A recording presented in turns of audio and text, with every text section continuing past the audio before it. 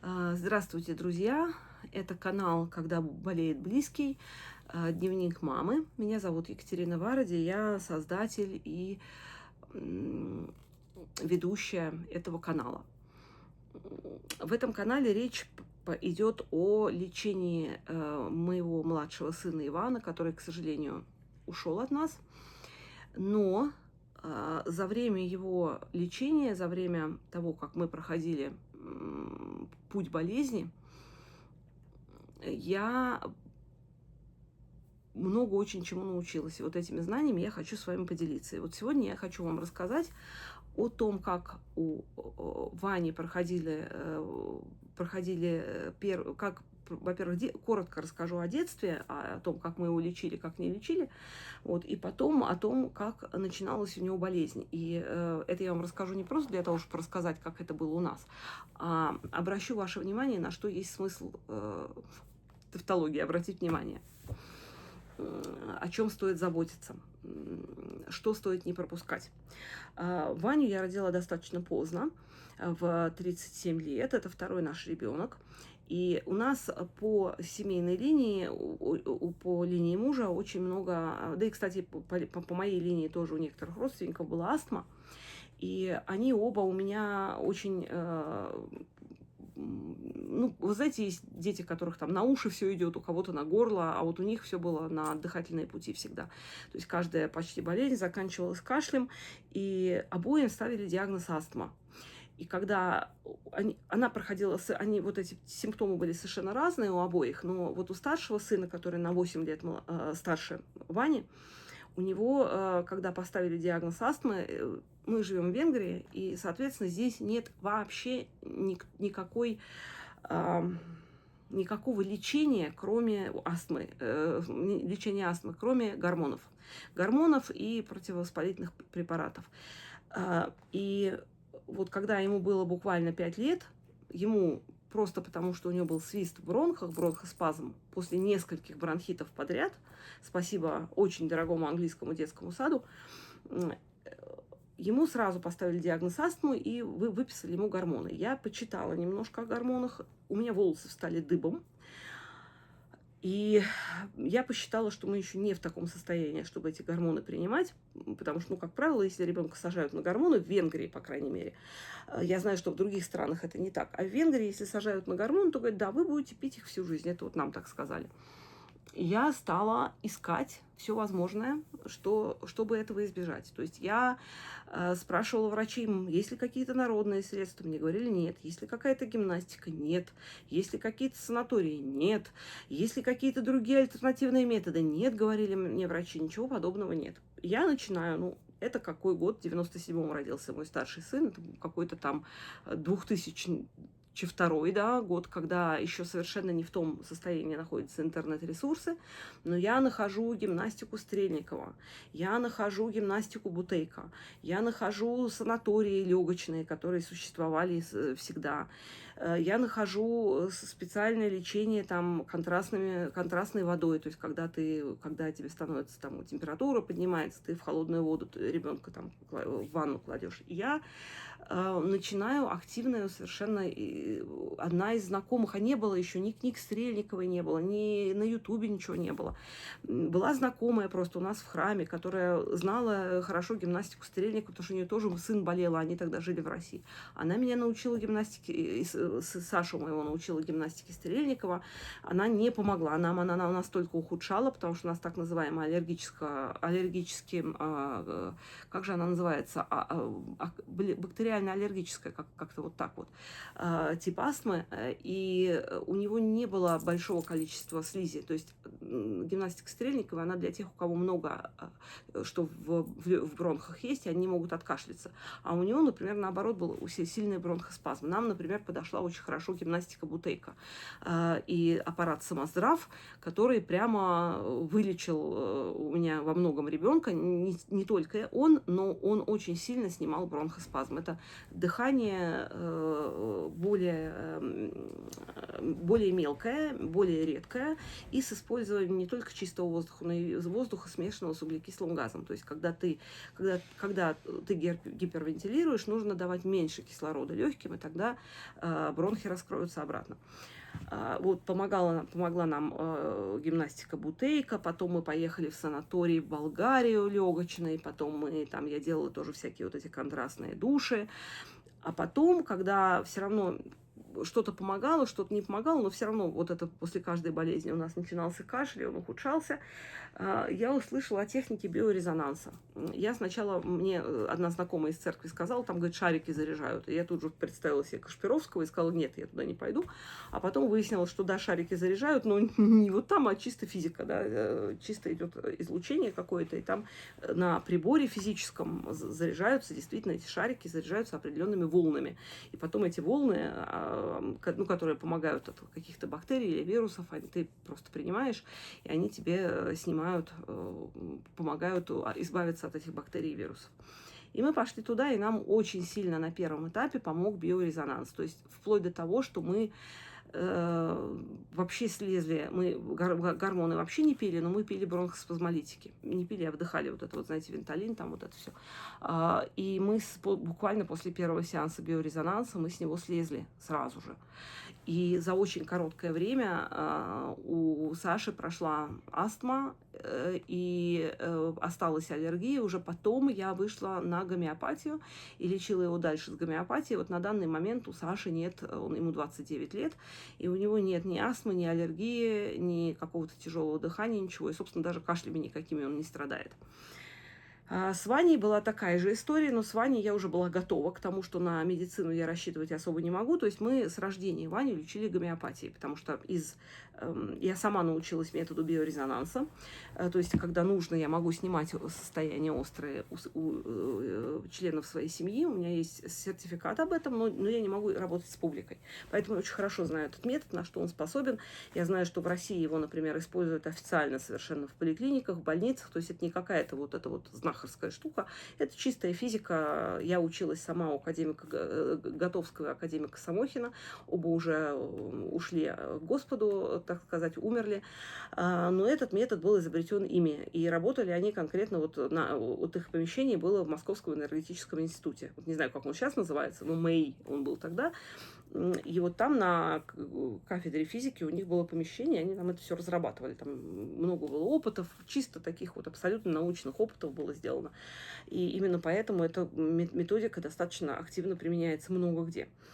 И она очень на много что способна, но проблема с тем, что она практически, вот я считаю, что она как бы заменяет лекарство. Да, она не имеет побочных действий, к ней нельзя привыкнуть, но все равно это не то, когда сам твой организм с этим справляется, в отличие от гомеопатии, которая делает то, что твоя иммунная система собственная избавляется от болезней.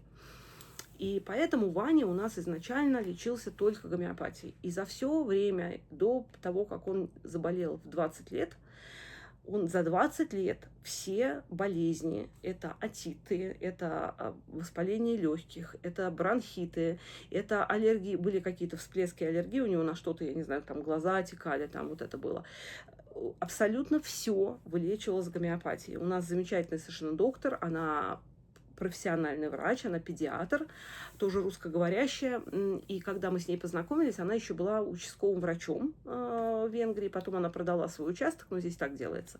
Это частные такие, они с государством связаны, но частный участок. Она продала свой участок кому-то и занялась только гомеопатией. То есть последние 20 лет она чистый гомеопат. Каждый год она ездит куда-то на повышение квалификации. Она очень талантливый, очень способный врач. Если кто-то в Венгрии заинтересован в этом, пишите мне, я вам дам ее координаты. Она русско-венгероговорящая, и русско- и венгерскоговорящая, но в Венгрии она живет лет, наверное, 45 уже. Она достаточно взрослая, она старше меня, не намного, я уже тоже не молодая, скажем, но старше меня. И она моложе мамы, но старше меня. И мы лечились всегда только у нее, вот абсолютно всегда все. Безусловно, когда у Вани были там бронхиты, воспаление легких, отиты, я делала снимки, чтобы проверить, прошло ли все, и удостоверялась в том, что действительно прошло, и все было спокойно. У них была ветрянка, у них была скарлатина. Все это тоже проходило без всяких антибиотиков. Но ветрянку вообще антибиотиками не лечат, а скарлатину лечат. И я сама перенесла уже взрослая ветрянку и тоже была вылечена гомеопатией достаточно. Причем, что самое интересное, что вот следов при лечении гомеопатии ни у кого не остается. Могут вылезти вот эти все высыпания, но потом они проходят, в отличие от нормального течения, когда очень долго остаются красные следы на лице.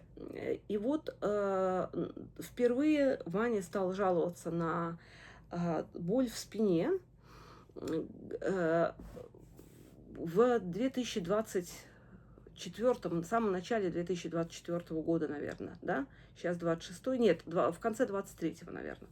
У меня с номерами годов не очень хорошо, то есть он закончил школу, пошел на первый курс университета, и у него начала болеть спина, начал болеть копчик.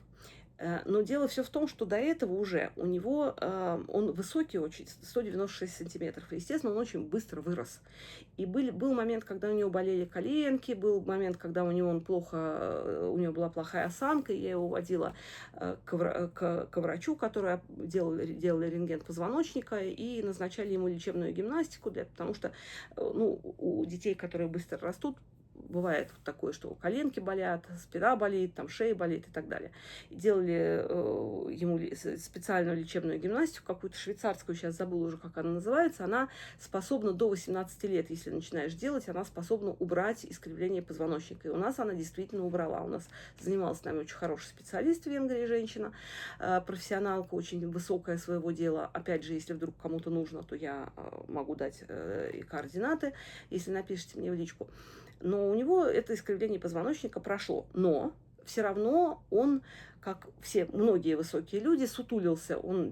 Сложно смотреть на всех, как жираф сверху, и поэтому он, знаете, так вот голову вперед склонял.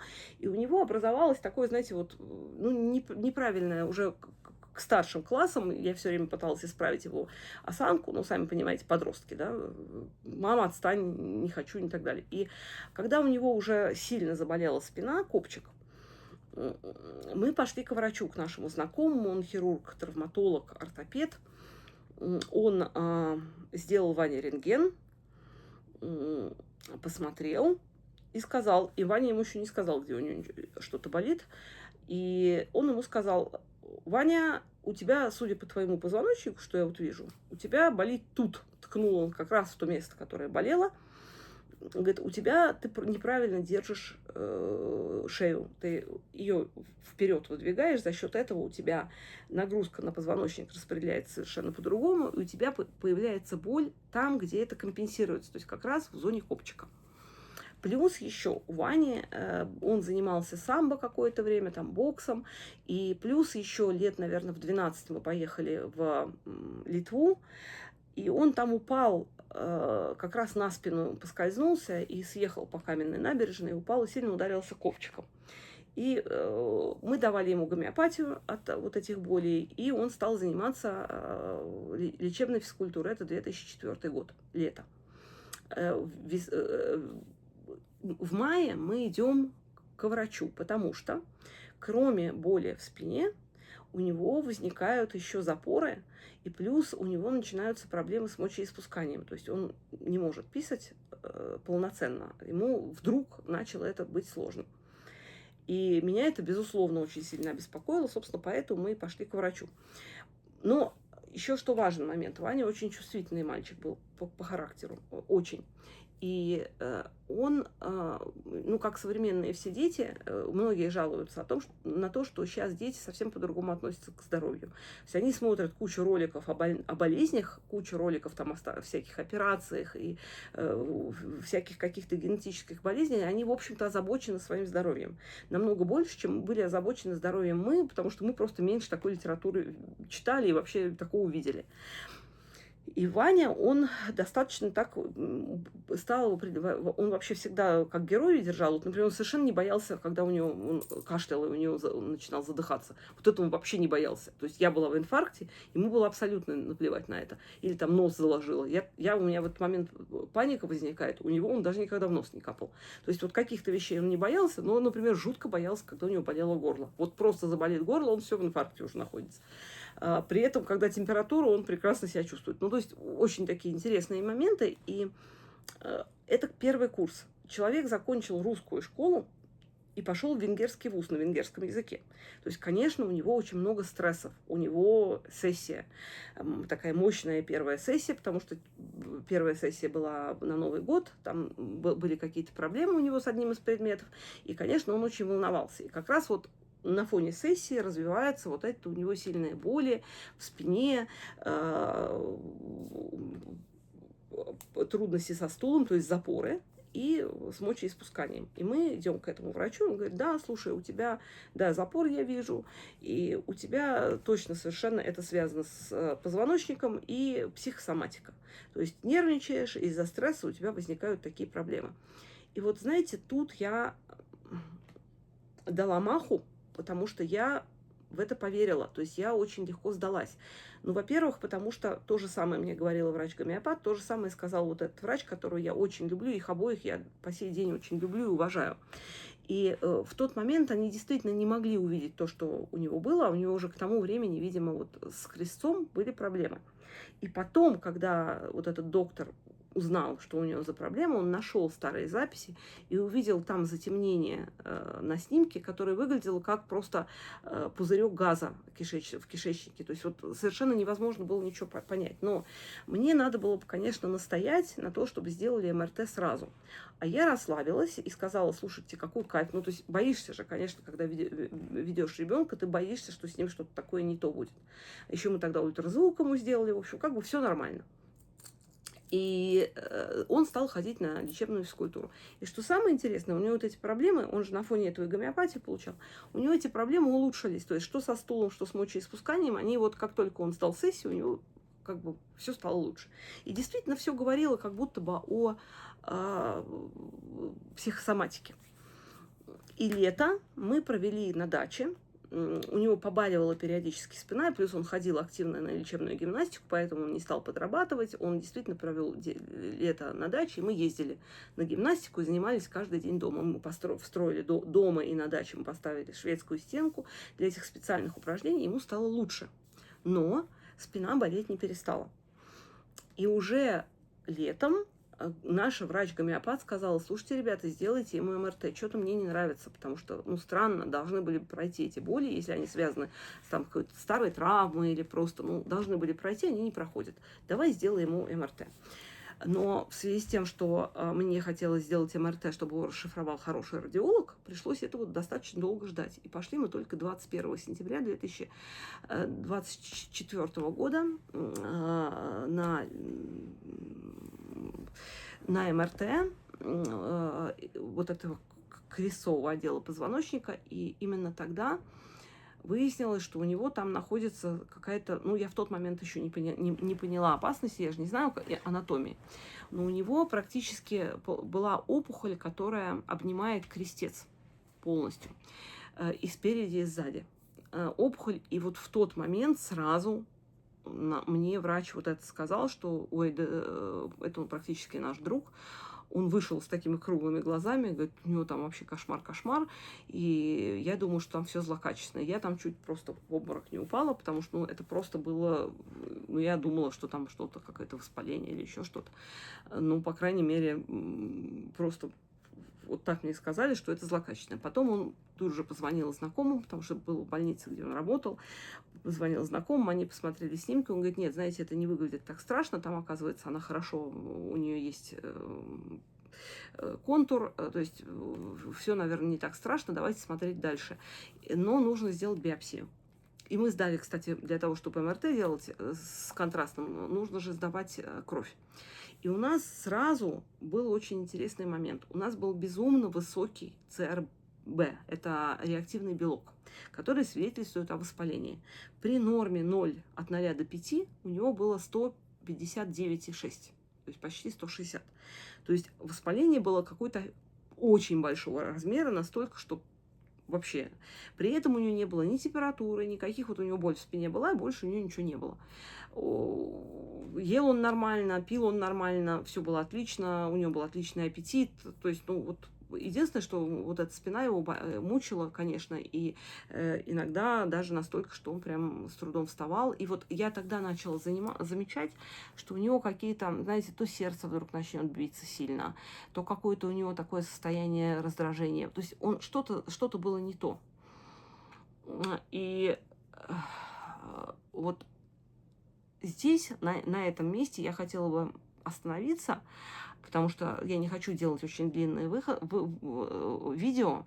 И что я хочу сказать родителям? Во-первых, конечно, когда у вашего ребенка начинают что-то болеть, есть смысл сразу вести его на обследование и не ограничиваться там рентгеном и УЗИ, потому что есть вещи, как, например, если у тебя с позвоночником что-то в нижней части позвоночника, то УЗИ это не покажет, потому что слишком большая толщина. То есть УЗИ для этого не информативен. Нужно делать либо КТ, либо МРТ, либо то и другое, потому что я все время их путаю. Насколько я понимаю, что МРТ лучше показывает мягкие ткани, а КТ лучше показывает кости. Я могла перепутать. Вот, то есть для меня большой урок всей жизни это то, что я не вовремя что я не обратила внимания на вот эти симптомы, что я дала себя убедить, что это психосоматика. Хотя Ваня при всей его чувствительности к тому, чтобы жаловаться, особенно жаловаться, ныть, он никогда не был склонен. Наоборот, говорил, у меня все хорошо. Даже когда вот он что-то боялся, все равно он говорил. И тут вдруг мне говорят со всех сторон люди, которые его знают хорошо, да он просто нервничает ребенок, у него стресс, психосоматика. И вот здесь получается такой эффект, что ты поддаешься не потому, что ты, можно все свалить на людей. Мне же врачи сказали. Но на самом деле ты поддаешься потому, что ты сам хочешь в это верить. Ты хочешь верить, что у ребенка нет ничего страшного. И поэтому ты соглашаешься. А Ваня мне потом рассказывал, что я, чувствовала, что у меня что-то очень нехорошо, что мне было жутко обидно, когда мне все сказали, что типа сам себе это все придумал, ты там ипохондрик, у тебя психосоматика такая-сякая. Хотя я ему объясняла, что психосоматика и ипохондрия — это совершенно разные вещи. Что психосоматика может давать очень серьезные симптомы, это не значит, что человек псих. Но он же молодой еще мальчик, поэтому, конечно, когда ему говорят, у тебя психосоматика, а у тебя ничего серьезного, он воспринимает это как обвинение. Говорит, мне было ужасно обидно, что мне никто не верит, и что я чувствовала, что это неправильно, что у меня что-то там есть. Вот. Но я предпочла на это не обратить внимания. Вы знаете, если бы это повлияло как-то на результат его болезни, то есть, скажем так, если в нашей ситуации обратись мы раньше, было бы все хорошо, то я бы, наверное, себе это вообще не смогла простить, я не знаю, как бы я могла жить. Но проблема с тем, что у него вот это все завелось в таком месте, в котором, в принципе, медицина не очень может что-то сделать. Поэтому я думаю, что вот эта хрень, извиняюсь за выражение, у него образовалась намного раньше, и она не давала симптомов. И уже в тот момент, когда сделали первый МРТ, вот этот врач мне сказал, вы, говорит, единственное, чем я вас могу утешить, что эта штука, она у него была и полгода назад, и год назад. То есть так быстро эти вещи не образуются. Она просто, видимо, стала как-то расти, и поэтому стала давить на нервные окончания, потому что, чтобы вы понимали, в крестце все нервные окончания, которые ведут к ногам, которые ведут к мочеполовой системе, к кишкам. То есть там вообще просто вот такое, знаете, скопление безумное нервов всего организма получается. И в тот момент, я думаю, что если мы пошли раньше, мы увидели бы то же самое, может быть, чуть в меньшем размере, но все равно это было на таком месте, которое в Венгрии было неоперабельно. И вот это, пожалуй, главный такой мой совет родителям, что не слушайте, не останавливайтесь на одном или даже на двух врачах. Всегда есть опасность, что врачи, которые даже очень хорошие врачи, даже из самых лучших побуждений, они так много видели случаев, что у них все равно в голове срабатывает статистика. Что часто у молодых, высоких болит спина, потому что искривление позвоночника. Часто там происходят такие симптомы, потому что стресс, потому что они берут не одного твоего ребенка, они берут 100, 200, 1000 и знают по статистике, что чаще всего ничего страшного нет. Но нам не повезло, и мы попали в тот самый 1-2%, когда как раз страшное есть. Но я даже не буду сейчас говорить вперед, потому что страшное оказалось не то, о чем думали. Вот. Но нужно вот в данном случае родителю или просто близкому, даже если у вас там у мужа, у жены или у мамы такое происходит, не давать успокоиться. Пойти в один центр, в другой центр, в третий центр, найти лучших специалистов и сделать реально КТ и МРТ с контрастным веществом. Это на данный момент тоже неточный метод диагностики, потому что очень много чего, как выяснилось, МРТ и КТ не видит и неправильно трактует, но это даст однозначно больше информации, чем простой рентген или, там, скажем, ультразвук. То есть будьте очень внимательны к своим детям, и когда вы видите в них что-то для них не характерное, то есть когда вот, например, ребенок никогда не жаловался, а потом вдруг начал жаловаться, это уже тревожный симптом. Или когда ребенок всегда себя отлично чувствовал, а потом вдруг начинает говорить, что у него что-то там сердце бьется, и голова болит, и я какую-то вдруг слабость испытываю, мне надо лечь. Вот это все такие вещи, на которые нужно сразу обращать внимание, потому что это может стоить реально жизни человеку. Вот, на этом пока я заканчиваю. Итак, выпуск получается длинный. Смотрите продолжение в следующих выпусках. Спасибо вам огромное за внимание. Я надеюсь, что чем-то смогла кому-то помочь, и, может быть, смогу у кого-то что-то предотвратить. И это на самом деле главная цель этого канала – просто помочь. Я не могу сказать, что я делала все возможное, но я не смогла помочь своему сыну. Я потом буду рассказывать, почему. Но я при этом спокойна, потому что винить мне себя абсолютно не в чем. То есть там сложились такие факторы все вместе, что ну просто будь там 7 пядей во лбу 15 специалистов, они все равно, наверное, не смогли ничего с этим сделать. Не знаю. В общем, буду об этом говорить позже. Спасибо вам за внимание еще раз. До свидания.